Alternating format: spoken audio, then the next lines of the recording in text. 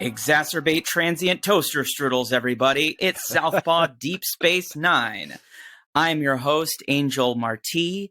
This is the show where I introduce my co-host, Southpaw Sam, to the world of Star Trek with the most communist Star Trek show, Star Trek Deep Space Nine. We go week by week, watching episode by episode, analyzing the different political and narrative themes, both overt and subtextual. Today's episode is Season 1, Episode 4, Babel. Now, even though I, of course, am the veteran Star Trek fan here, I don't always remember the very, episode by episode, detail by detail things about the show until I rewatched them. So while I was rewatching them, I almost got annoyed at how, serendipitously relevant this episode from 1993 ended up being. Yeah, same thoughts. Like I said, I never watched the show, but I did, catch it during the 90s as far as channel surfing or, random episodes, but nothing where I was committed. And I remember this episode and I didn't think anything of it back then. I just thought, oh, okay, this is what's happening this episode. Whereas this time around, it was like, holy fuck. Right. Yeah. If anything, you probably just remembered, they're saying silly things on the space show. Yes. I thought it was just about that. The episode was like they catch a bug and they say weird things, and it's a comedy episode. Right. Once again, the station's broken and it's O'Brien's job to fix it. In my notes, I just put down that I love that in a 24th century where everything is supposed to be smoothly running and super automated, we still have this character of this put upon Irish handyman in the form of Miles O'Brien, and that it's both anachronistic and realistic at the same time. You notice how he had to roll up his sleeves, literally roll up his sleeves? Right. Yeah. So, I'm not going to blame the failure of my marriage entirely on this, but I know one of the differences between me and my soon-to-be ex-wife was that she did not understand the charm of Miles O'Brien. She always thought that he was boring, but I just feel like there is something specifically charming about this is a show where it's the future and there's still this dude who's just a Joe Schmo. So it opens. I mean, he's not just doing boring things. There's some people stuck in an airlock. He's trying to get them out. And then at the same time, this alien who to me looks like Jamie Hyneman from Mythbusters comes complaining that he's been waiting 2 days for repair on his ship, where he has a precious cargo that'll spoil if he doesn't get to his destination soon. And O'Brien's just I'll get to it. And we see that he's sort of being stretched thin, going all over the station. Again, it seems like they're very much loading top heavy in the first season, which is smart. Just this thematic emphasis on the fact that this is not the Enterprise. This is not, familiar territory. There are problems on Deep Space Nine. People can get overworked because things have not been fully staffed and set up.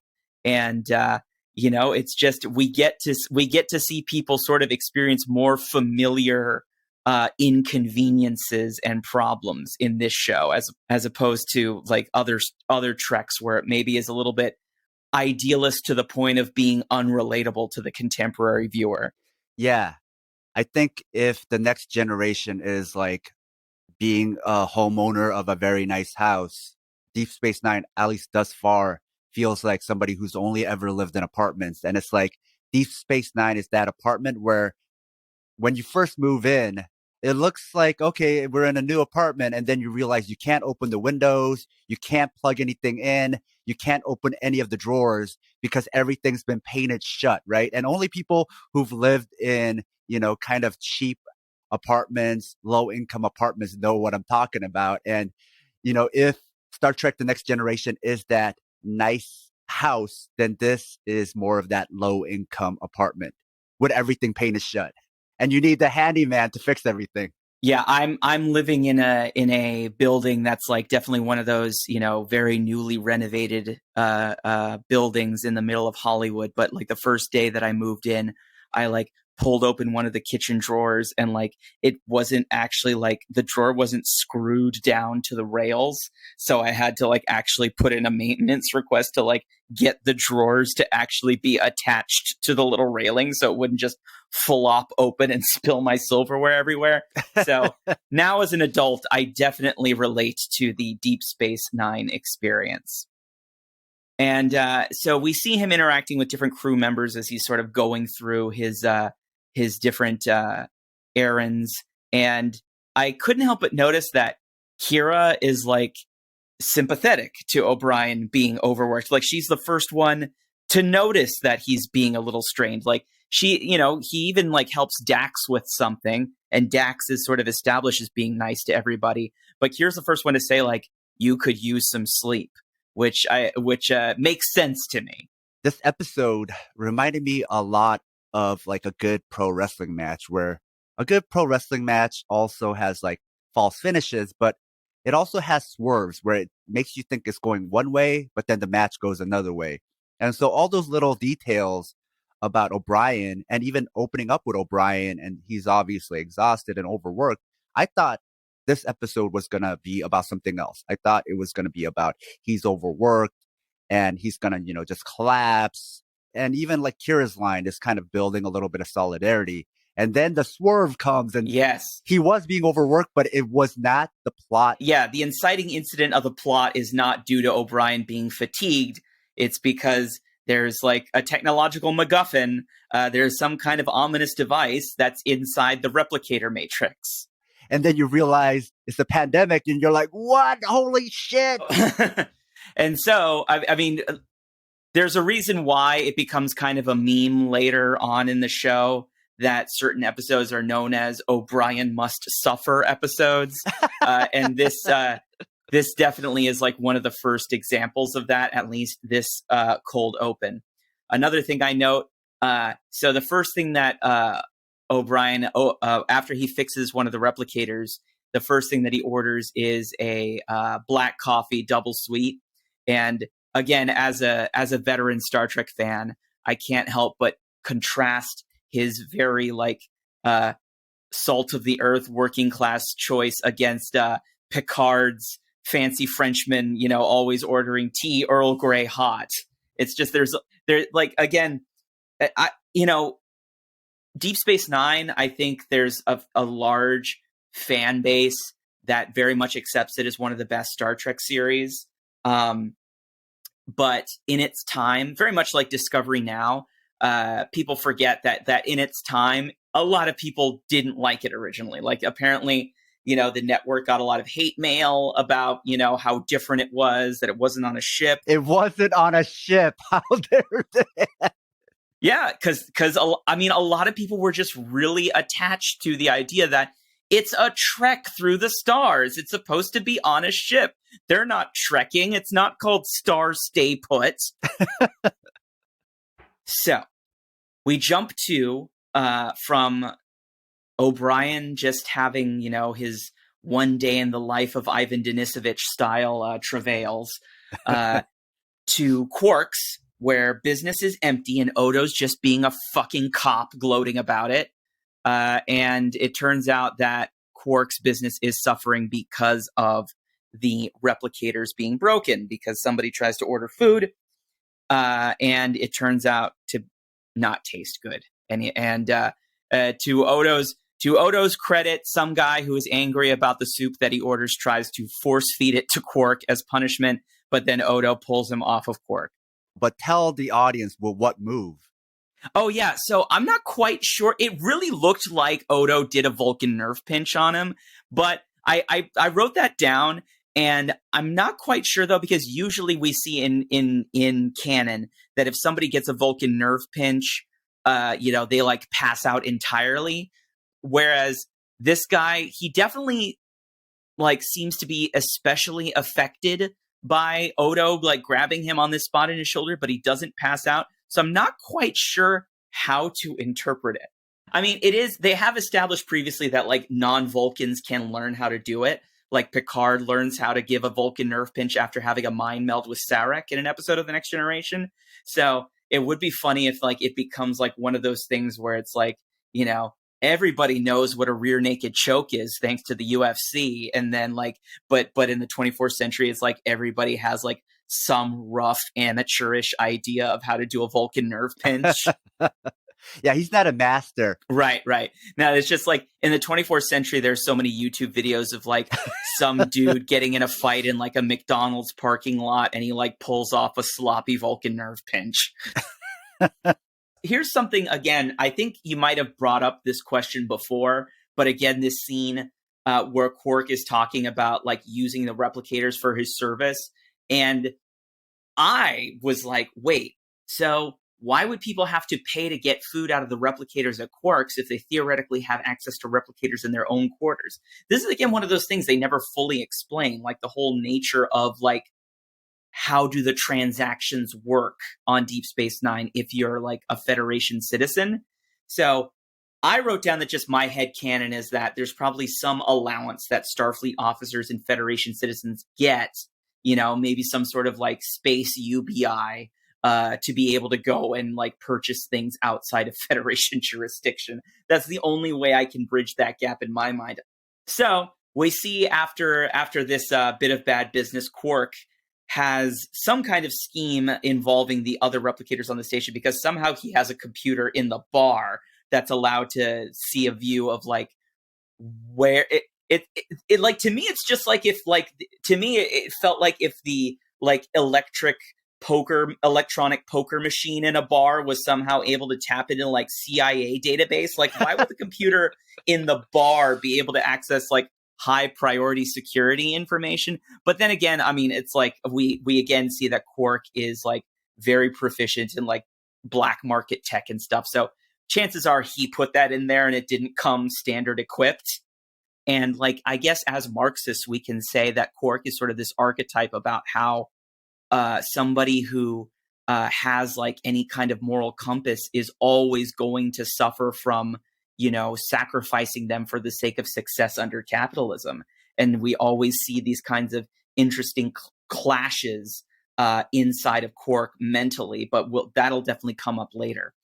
So we see finally like the inciting incident of the plot starts to become apparent as O'Brien starts speaking in word salads. He's the one who's been working everywhere. So he's the first one who's starting to experience strange symptoms, which, of course, I think, yeah, he's a frontline worker. Of course, he's going to be the one that suffers most strongly from the effects of whatever the hell is going on.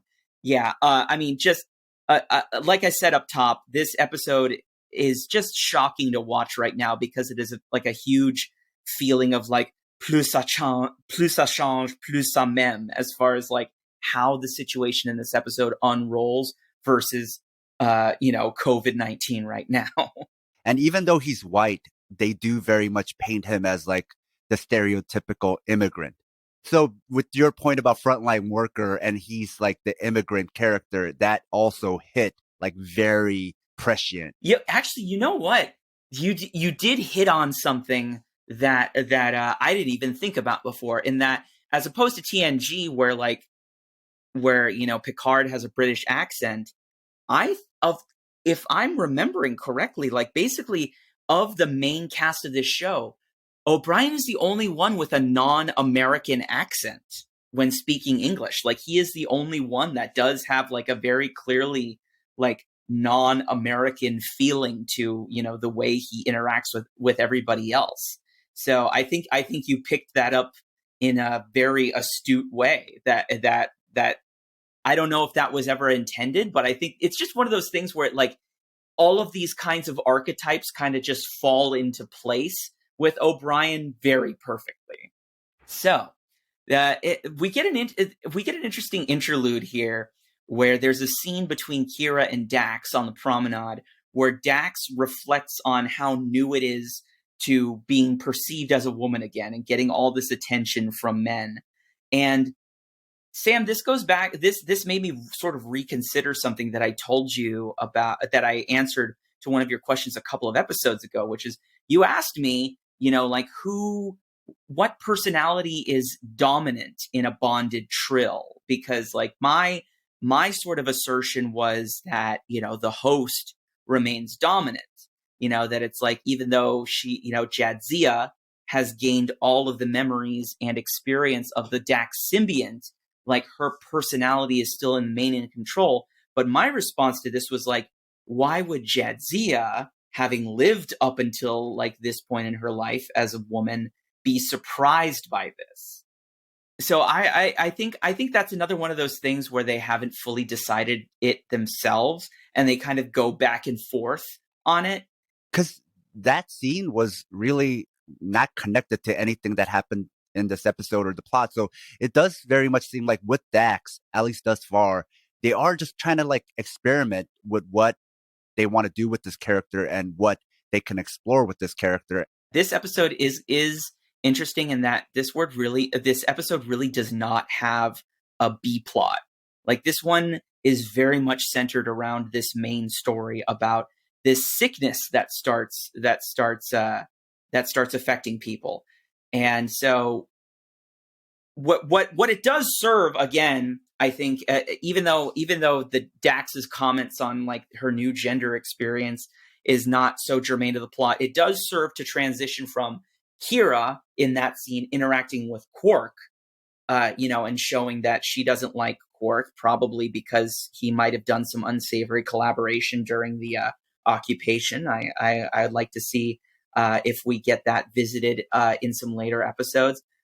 To then again transitioning to interacting with O'Brien and showing a lot more concern. Like, I noted that O'Brien is the first non-Bajoran besides Odo that we see Kira act nice to. Like Kira is like not hesitant about like showing concern and like friendliness to O'Brien in a way that she doesn't do with Sisko or Bashir or like, yeah, again, anybody else besides Odo. And I guess it's like, in my head and probably in your head, it's like automatically makes sense. It's like, yeah, she probably is more friendly to the gentle laborer, having seen, people get exploited in Cardassian mining camps. But I wonder in the normie viewer if that made as much sense immediately to them too. Yeah, it definitely seems like he was being shown as a vulnerable character in this episode, and her radar was so tuned into that right from the beginning. The last two episodes, with Past Prologue and A Man Alone, we see we see Kira mostly in these very like sort of standoffish situations where she's like really chafing against her fellow crewmates. But it's like then we go right to her just immediately just being very concerned and in a way that like does not seem to betray any distrust. So again, this is like I think we have the benefit of doing this very regular sort of like rewatch where we're going through all of these things in very close proximity.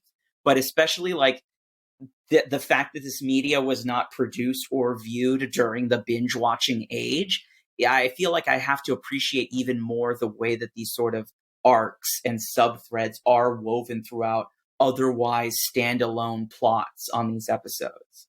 And something you said made me think about something, because up until now, DS9 always had like these subplots, but ultimately in a episode about a pandemic, the disease overrides all subplots. Whatever else you got going on in your life, whatever other narratives there are, it overrides them. So especially now with COVID, that also hits very different. Yeah. So again, it's like there's so many things about this episode that seem oddly like prescient to me. So we haven't like said it out loud yet. So the first sign that we see of this sickness that affects the crew is that O'Brien, while talking to Kira, starts spouting these word salads. Like he's just saying complete gibberish that doesn't make sense. Or does it make sense? Or does it? Yeah, we'll get to. I wrote down a lot of the nonsense lines that I ended up finding very interesting interpretations for. But just to me, I just keep thinking how watching it now, the gibberish seems even funnier than it is dramatic, just because it seems like I'm watching a YouTube poop. Like in the modern, like just in the current age of shitpost humor, like there's no way you can't Like, I'm sure, like, you know, in its original time, it was silly, but it just like now it just seems like there's even a more deliberate kind of humor to be drawn from just pure nonsense. So I just have to fight through all of these modern lenses when watching this episode to like make sure I'm not just projecting shit onto my interpretation. Because then now when they identify that something is definitely wrong with him and they take O'Brien to sickbay, O'Brien tries to write down something on a pad and hands it to Bashir, and then the text is nonsense. And then again, that just like looks like, oh, he's just sending him a latest Instagram meme from like teenage stepdad or something. It just all makes too much sense. It's early Tim and Eric. Yes, yes. So one of the lines that he says that I just enjoy is "Strike limits flame the dark true salt," which I said it really sounds like it could be some kind of poetic leftist slogan. If anybody's listening to this and is good with Photoshop, if you can just make like a picture of O'Brien and then put one of those old timey tattoo scrolls like around him that says "Strike limits flame the dark true salt" in like old timey tattoo font. That would be, you know, I'll get that tattooed on my arm. I've got space on my skin. Also, "Strike limits flame the dark true salt." I like to think he's saying that even though there is a limit to strikes, that if you salt your workplace, unionizing non-unionized workplaces, that's the dark true salt. A note to our loyal listeners: if you love the Southpaw Project, please support us and help us get paid for our labor by financially supporting us on Patreon. This will give you access to exclusive bonus content, as well as our private chat group on Discord. Show your Southpaw solidarity by supporting us at patreon.com/southpawpod. There's this moment here where Bashir starts to explain what aphasia is. Like, he diagnoses Bashir with aphasia. So I spoiled this joke, on my Instagram a little bit, but this is my favorite word salad that Miles says, which is "Victory strikes limits frosted wake." Miles O'Brien in 1993 predicts the Kellogg strike. He predicts that indeed people stop buying Pop-Tarts. The victory strike is limiting the frosted wake. Keep boycotting Kellogg's products, people. Let's limit that frosted wake. Again, if somebody photoshops that, we can make it let's make that our first merchandise for this podcast. If somebody wants to just make a I don't know, a Sabatabby with Miles O'Brien's face that says "Victory strikes limits frosted wake," I think that's a good logical piece of merch for Southpaw Deep Space Nine. Just random shirts with Miles O'Brien saying like classic lines from the show. Classic lines like "Way link the fleet." So one of the things I then notice is that, okay, so as we start to, so Miles is out of commission, and then there's a sort of meeting of the main ops crew, and then because Jadzia is the science officer, Cisco assigns her to cover O'Brien's duties, but then she starts suffering from the aphasia virus as well. What if this virus is just strike flu? What it could be that O'Brien, with proper sense of his own worth, starts faking this disease to avoid being overworked, and then Dax and Solidarity starts copping out of doing all of this ridiculous work as well. Yeah, so not only is there a strike flu, but then Cisco, hoping that class consciousness does not become infectious, declares the entire station under quarantine. Again, it's just this weird retroactive, it's like retroactive prophetic feeling that feels obnoxious, because the next scene we see is, even though the station is under quarantine, Quark's bar is still running, and it's like everybody's going there, and he even uses the phrase, Quark uses the phrase essential station service. Odo's like, why are you open? There's a quarantine. And Quark's like, I'm an essential service. Like, even the verbiage is like exactly similar to like what's being circulated in the popular media right now. And then he goes, this quarantine has everybody on edge, Constable, saying that, like, you know, if everybody's going to be quarantined, you have to let them at least go out. I think at the start of the pandemic and the lockdown, wasn't there like an uptick in alcohol consumption too? It really just feels like this is, there must be this kind of paint by numbers of how like human society, you know, under capitalism reacts to a quarantine pandemic situation, which is like everybody like fucking, you know, becomes petulant like a little child. And they're like, oh, I can't go to work, but I can still go out and drink, right? And then the next stage, of course, is like, but business still has to happen. What about the economy? After dealing with Quark, we see Cisco getting talked to by the Jamie Heineman alien who asks for permission to leave the station because his cargo will be ruined if he has to wait any longer. However, I like that he's like, after like just some gentle prodding, he actually is just really honest, and he looks Cisco dead in the eyes and he says, I don't want to get sick, which, like, I feel like that is a refreshing bit of honesty compared to how most people have reacted to COVID, because I feel like very few people were like honest, who the people who like wanted to just still keep their life going as normal, even when like quarantine and mask mandates happened. None of them were honest enough to just say, like, I don't want the discomfort of having my life disrupted. Like, they always wanted, they always just sort of switched it to some larger, like, bullshit moral argument about freedom and, you know, like, America's about freedom, instead of just saying, like, I don't want the psychological trauma of having to change how I live my life. I was thinking about parallels to now, and there's so many parallels, right? Whereas with that character, I was like, is he the parallel of like today's anti-vaxxer or truther? And really, that character is not. He doesn't try to make like the sickness as a rumor or a hoax. Like, he very much acknowledges the severity of the disease. He doesn't exist in real life. Yeah, no.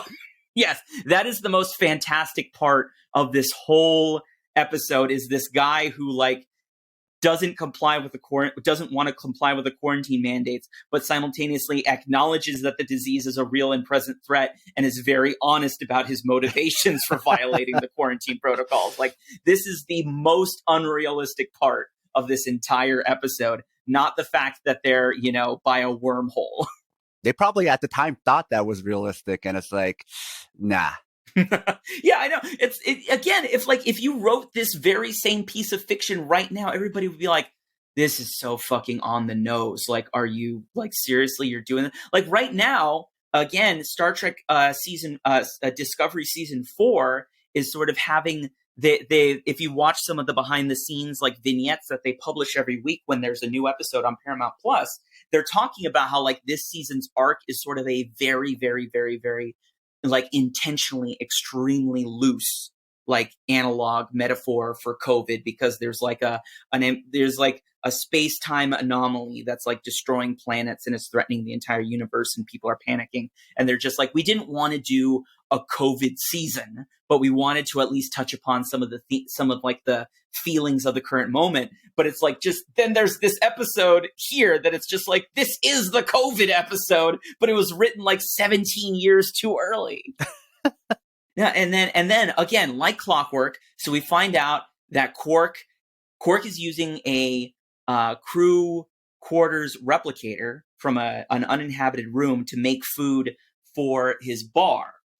And then again, we have this weird, you know, sort of moment of like, how does the Federation work? Because Odo, of course, practicing his seemingly legal entrapment, just masquerading as parts of the scenery, he catches Quark and he does say that Quark could have just asked to use the replicator. So at the very least, we have it established in the text that the replicators are like not being gate kept. They're not being like anybody can use the replicators, which again raises the question, why would anybody order food at Quarks when they can just get it on their own?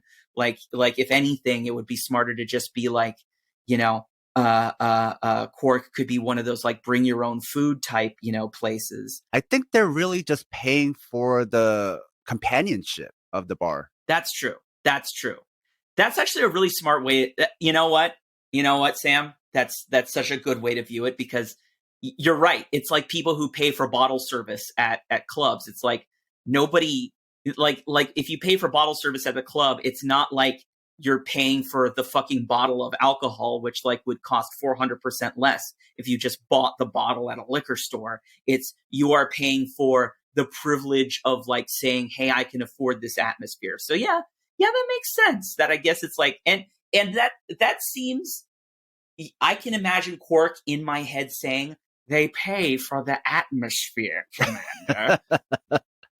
I can't do, you need the teeth to really get like the voice down, but it's just very easy. It's just like the one rule of acquisition, number 492, always commodify atmosphere. Like it's just that you definitely hit the nail on the head, Sam. With the bottle service too, you can't get a table at a club unless you do bottle service as well. So it's like the bottle service is giving you entry into seating areas. Yeah. No, you know what? All right. So I think we've collectively constructed a retroactive headcanon that makes everything make sense. Maybe it's just because they didn't want to. Again, I think that sometimes it is the right choice as a creative to not try to like over explain your world and like get up your own ass trying to make sure every single thing is like fully explained. Because it is more fun to be able to sort of let the fans do it themselves. Our version of DS9 is better than the real version. Yes. Well, I mean, I like to think that like the quote unquote real version is the combination of our interpretation along with what is in the text. It's like you can't. It's like playing Star Fox 64 with the Rumble Pack. You need both aspects of it for the full enjoyment. Yes, so do not watch this series without watching it along with us. Yes, we are the Rumble Pack. Yes. So again, in another like clockwork moment, we see that Quark is using the replicator to service his bar, and so that means that since in the cold open we see that like the technological MacGuffin is part and parcel of the replicators, that Quark's spreading this pathogen that we later learn was again the little device that we saw is programming the replicators to create the virus like in the food that it creates, and then Quark using a contaminated replicator to service all of the people in the bar has become a super spreader nexus. He's like that Chris Jericho cruise. I'm sorry to bring pro wrestling into our Star Trek talk, but never apologize for bringing up pro wrestling. All right, never. That Yes. is a hard rule here. But again, it's like it's hitting. This show is like hitting all of those little things. The pandemic happening, the rebellion against the quarantine orders, the super spreader events.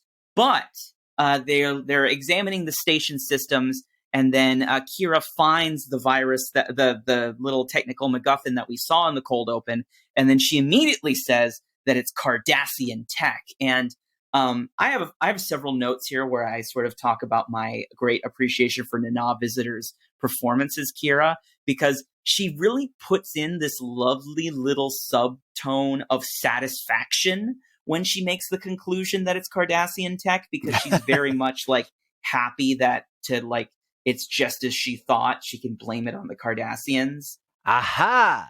But later on, we find out that it's not Cardassian tech. It's actually it was created by the Bajoran resistance. So again, in these like just annoyingly all too familiar, hitting all of the paint by numbers things, we then of course see people start to get affected, like the sick bays are overwhelmed. So we have like sick beds set up in the freaking hallways. and then we see that Quark is not infected, crediting the Ferengi immune system. And we see him talking. We see him shouting at somebody on one of the sick beds, and he says that he's trying to make sure that his customers are not faking the illness to avoid paying their bills. Which my immediate note was, why don't you tell them their student loans are going to go back into repayment while you're at it? Yeah, student loans, all the pandemic loans are now due, and the child tax credit is ending. No more stimulus, and unemployment for a lot of people has ended. So yeah, eviction moratoriums are ending. It's just like Quark is just Quark is the truth. That's just the unfortunate true nature of his character. He's just like, yep, everybody's dying, but like, bitch, where's my money? And by the end, right, only Odo and Quark never get the virus. Right. Yeah. Again, the people who are most served by institutional capitalism, the cop and the con man, are the ones who never have to suffer from the side effects from it. And then again, to underscore my previous point, is during that scene, Sisko sees Quark, and then responding to his remark about people faking the illness, Sisko goes, "No one could be that devious." And Quark, without missing a beat, goes, "I am." And again, it's just like, you can't not love a character who is that honest about himself. It's like everybody knows that they can't trust Quark, and that's what they trust about Quark. And it's like that splendid honesty about dishonesty. It's like always makes Quark such a delightful character. And I can only promise that it will just be further explored and further enjoyed. So to something you said earlier about the replicators, I'm going to have to nerd out here. If there are replicators, why is gold a currency for Quark? Remember, it's gold pressed latinum. It's not just gold. No, I get that. But in the infirmary, Quark keeps telling them, "Where's my gold?" He never mentions the actual substance of it, right? But I think that was intentional. It is just still saying this is gold, right? For all intents and purposes. It is a convenient way. It is a convenient way to make it like it is a space currency, but it's phrased in this way. It was kind of a smart way to do it. Yeah, it's gold pressed latinum. So it's like it's gold plus sci-fi talk. I always enjoy these very smart mixings of things that make it seem futuristic but also relatable, that I think Deep Space Nine does particularly well. And for us as viewers, it's also connecting to a historical truth for ourselves, where gold was a currency and is still an asset here. So going back to my previous philosophical question, if there are replicators, why is gold a currency for Quark, right? Right. And it's the same reason it became an asset on Earth. Right. It's not because gold is shiny, and definitely not because of its utility, but it's because there's a fixed supply, first of all. You could only mine a certain amount every year. Yes. The way you pull gold out of the ground, you just can't actually pull that much out at a time. And it's also nearly impossible to replicate. So on Earth, it became money because you can't flood the market with it and you can't counterfeit it. Now for us, because we're not dealing with gold that often, maybe you could fool regular people. But when it was used as currency, just the average person would be able to tell gold from fake gold. Yeah, I'm pretty sure they do drop, either in a later episode or somewhere else, they do drop that there is some particular property of latinum's molecular structure that means you can't replicate it. So I think you hit it on the nose that in a replicator society, the thing that would become scarce enough to the thing that still is able to generate scarcity to create its own value is something that can't be replicated. And even gold bugs who don't know anything about Star Trek talk about it, that it's the one element in the universe that you can't replicate, and that is why gold is money. Now, that's not exactly true. We don't have the current technology to replicate it, but theoretically, you could replicate gold, but the energy it would take to replicate gold would make it pointless. It wouldn't be worth it.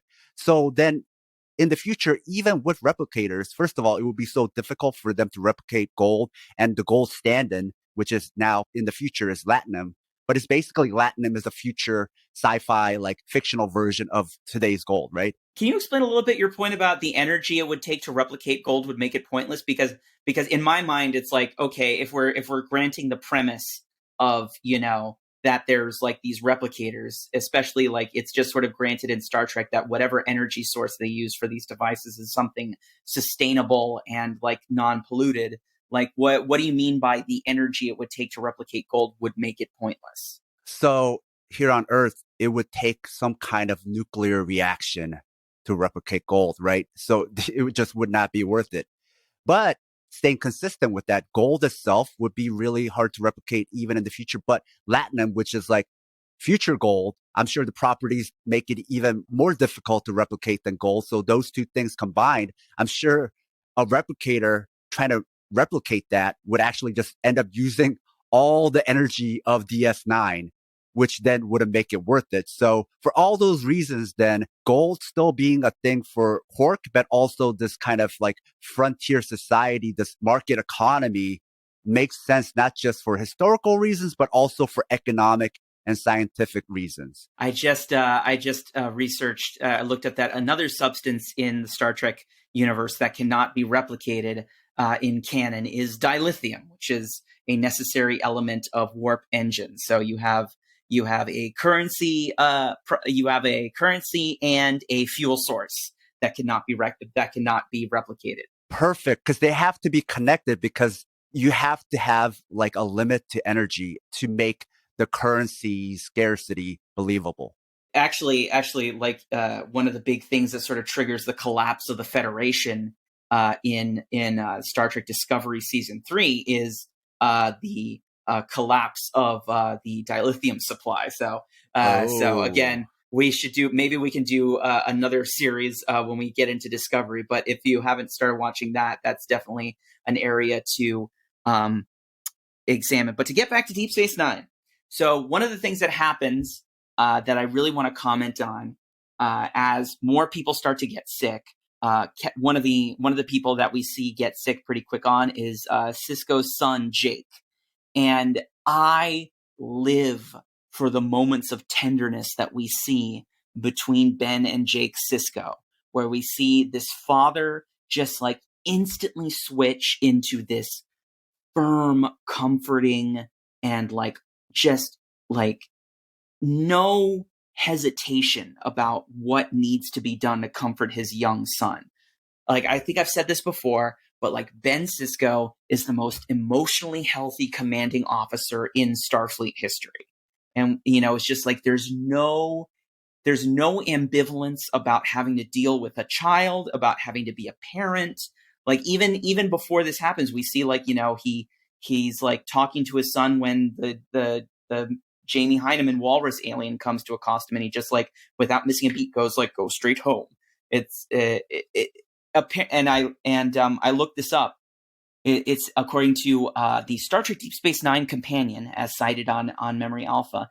The scene where Sisko goes into the infirmary to find Jake has come down with the aphasia virus was extremely important to actor Avery Brooks because it was the first scene to establish the physical intimacy between father and son. Indeed, this aspect of the relationship was initiated by Brooks himself. Quote, "It wasn't a thematic element. I don't have any trouble being physical with my children. That's a part of my nature as opposed to something they wrote about Sisko and Jake. The first day I met Cirroc Lofton, the actor who plays Jake, I hugged him, and I hug him every time I see him." Yeah, Cirroc Lofton talks about like how every time he, even as an adult, he sees Avery Brooks, they always hug. So I think there's just this. It's wonderful to note that there is this, especially at this point in time in television, underrepresented depiction of this like unapologetic tenderness and emotional closeness between a Black father and a Black child that is not just that is also like a conscious advent of the actor playing the character. Yeah, hugging is cool. That could be our next t-shirt. If you love the Southpaw Project, please support us and help us get paid for our labor by financially supporting us on Patreon. It'll help us supplement the cost of running this project, the incredible time and energy we put into it 7 days a week. And you'll be giving us some breathing room, not only to juggle Southpaw with our day jobs, but also to expand Southpaw into other areas. Show your Southpaw solidarity by supporting us at patreon.com/southpawpod.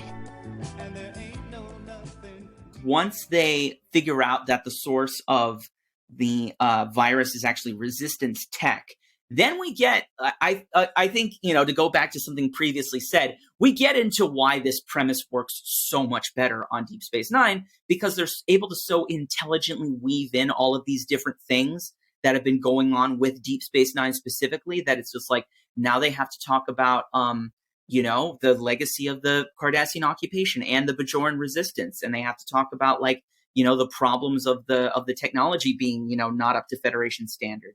I think this is the first time I noticed them also using the term internment camps. Yes.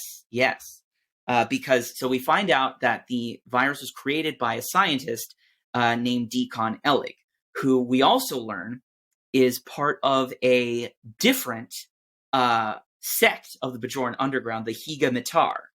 So in the previous previous episode with we learned about the Kon Ma. And so again, right off the top, we see immediately that the Bajorans are getting this very improved treatment from the heretofore seen monolithic nature of Star Trek aliens, where all Klingons are warriors, all Vulcans are scientists. But here we see that yes, all Bajorans are, victims of occupation, but we see that within the Bajoran underground, there were these different competing sects and views and tendencies. So after enough time, because O'Brien is an aphasia virus long hauler, we see that he starts to develop a fever and goes catatonic, and that he might be dead in 12 hours. So we see that there's mutation, that the virus is highly adaptable. Like, the only thing that's missing here is Greek letter names for the variants of this virus. It goes to alpha to the omega virus in a matter of hours. But then here's the thing that again, I think the one thing that I think definitely it misses by not having been made right now is that if this was made right now, we would definitely see discussions about PPE. Like it is so weird to me that they just assume the fact once they identify that the virus goes airborne, that they just are like, okay, I guess everybody's infected. Like, we don't see the doctors. Like, they're on a space station. They could literally put on space suits, but they don't. I think this is the unconscious bias of the writers, who are all Americans. Like, if they had, any connection to Asia, wearing masks wouldn't have been that weird. It would have been the first thing that somebody would have thought of. Whereas for Americans, that just, especially back then, it wouldn't have occurred to them. Absolutely. Because we do see in episodes of The Next Generation previous to this episode's airing, where they do surgery and stuff, that there is space PPE. But that's only for surgery. That's true. So here's a moment that I want to notice. Kira's given the responsibility, once they identify that the disease was created by the underground. Kira has connections to the underground. She has to find out if the person who made this virus is still alive. And so she tries to track down this scientist named Elig and Deacon Elig. And the first thing that she finds is that he was certified dead while killed trying to escape an internment camp. But she immediately doubts that.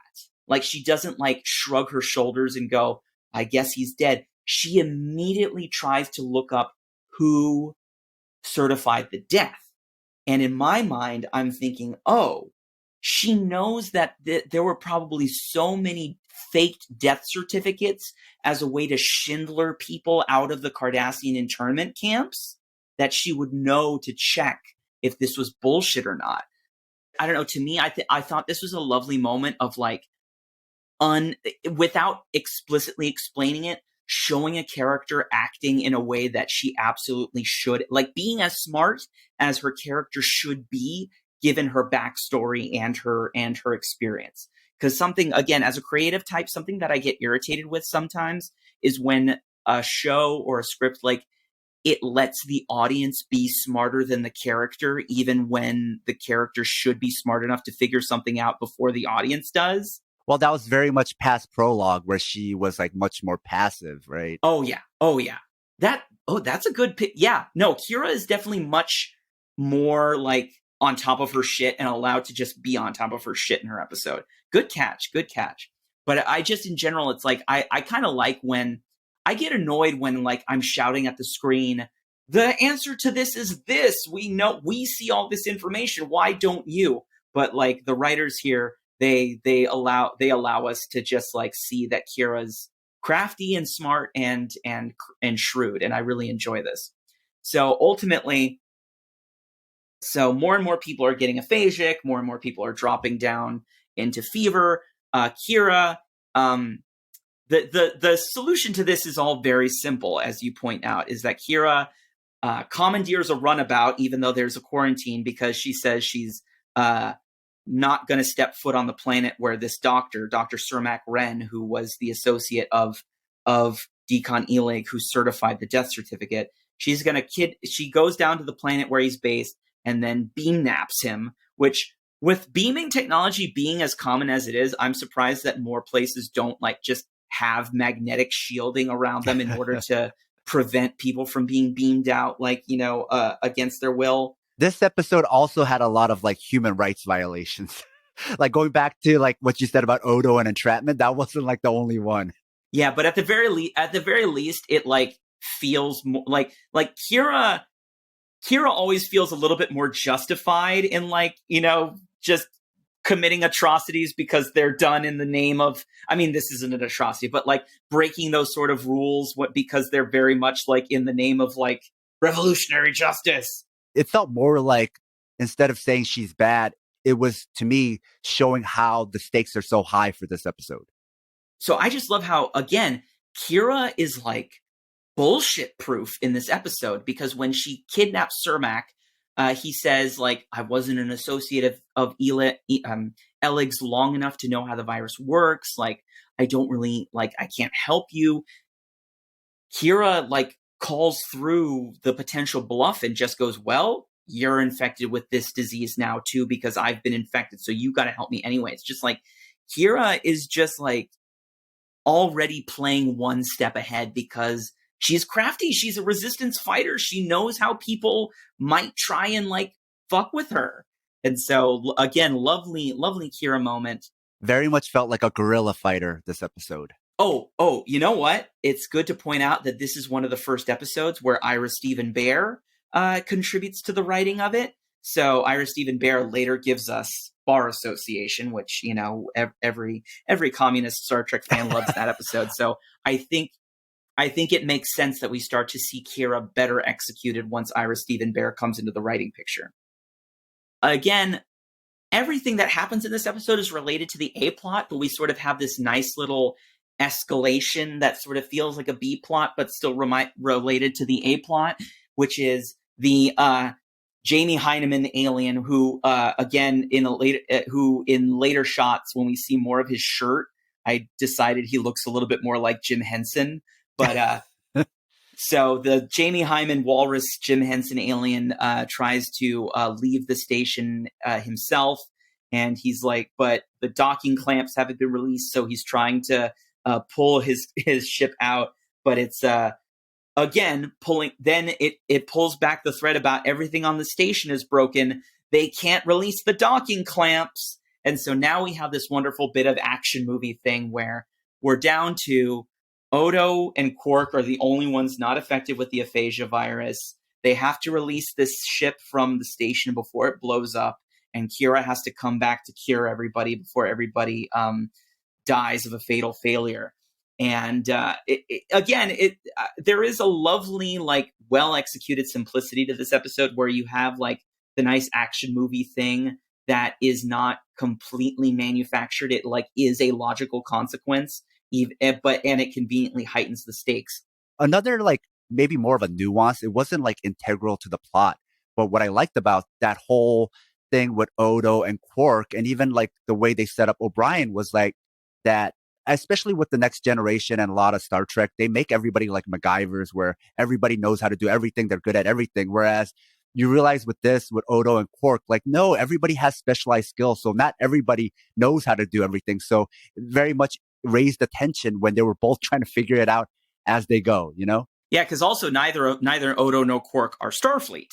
So yeah, they don't, you know, if any of the Starfleet officers, you know, had still been lucid and capable of operating stuff, yeah, maybe they wouldn't have those problems. But it is that is smart. That is a smart observation that, you know, it is convenient that they picked like the two very adversarial characters, Odo and Quark, as being the last two people who are able to work together, but also they both happen to not be, you know, Starfleet science prodigies who can pull out a miracle solution at the last minute. I even liked how Odo doubted himself. He's like, I don't know if I can do this. This is just like, it's a very, very like like it's a very clean episode in that it's like you get everything makes sense. Like everything that happens is not only interesting, but it makes sense. Like everything is a natural consequence of the things that you've seen before, either in previous episodes or in this episode. Nothing feels like it's manufactured for the sake of making it sexy, you know, in the sense of like action being sexy, or, you know, like everything flows and is interesting. Good in-ring psychology. Yes.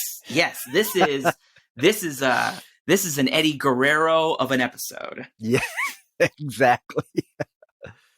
And so that brings so again the day is saved in that, you know, thankfully Bashir was able to get enough notes assembled before he became aphasic himself that that Cermak is able to assemble a cure. So again, also the solution isn't a Deus Ex Machina. It's like not super convenient. It's just he was able to continue the work that had already been started.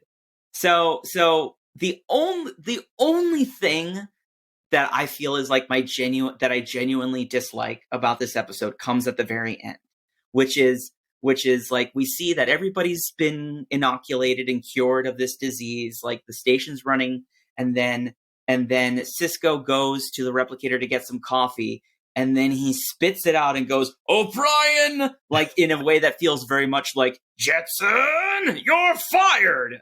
Like everything about that feels like it's manufactured to just be kind of like a sitcom, everyone laughs, freeze frame credits moment to the end, because like Sisko wouldn't be angry at O'Brien, especially knowing all the shit that he's been through in the last 24 hours. Like nobody who's that tender with his son would then like be like angry at a guy who almost died in the last day, like about like messing up some small thing about his coffee. But you know, it kind of bookends with the beginning where O'Brien is the working man, and it ends with O'Brien the working man and like Sisko kind of being a stand-in for the CEO boss man, you know? Yeah, if any, it is consistent with the O'Brien being like the man, my life sucks kind of character, but it's like, it should have been somebody else besides Sisko yelling at him. But to what we were talking about earlier with the solution, right? I like how the solution was so simple, right? Quarantine and vax. And really, there was only one person who was non-compliant, but even that person was like so honest about it. Whereas like here in the US, getting people to take all those steps, like that's not the ending. That's just like the beginning. We're still trying to figure that out. Yeah. Oh my God. Yeah. You know, in like the quote real life unquote Deep Space Nine, it's like they would like get an inoculation, but then the variants it's like they would reopen Deep Space Nine, and then there'd be a new variant, and then they would close it down again, and then they'd be reopening it, and then they would be trying to do partial reopenings, and it would just never end. You could almost like see it as the Cardassians were Trump. Starfleet's Biden. Except like Biden is so much more like incompetent than Sisko. I would trust Sisko, but imagine like Biden taking over after the Cardassians like running DS9, you know, it would be a fucking mess, right? Yeah, Sisko is what Biden tries to look like on the outside. And then like, you know, being like, we'll get through this will be better. And then Quark is Biden on the inside, who's like, all right, give me my money.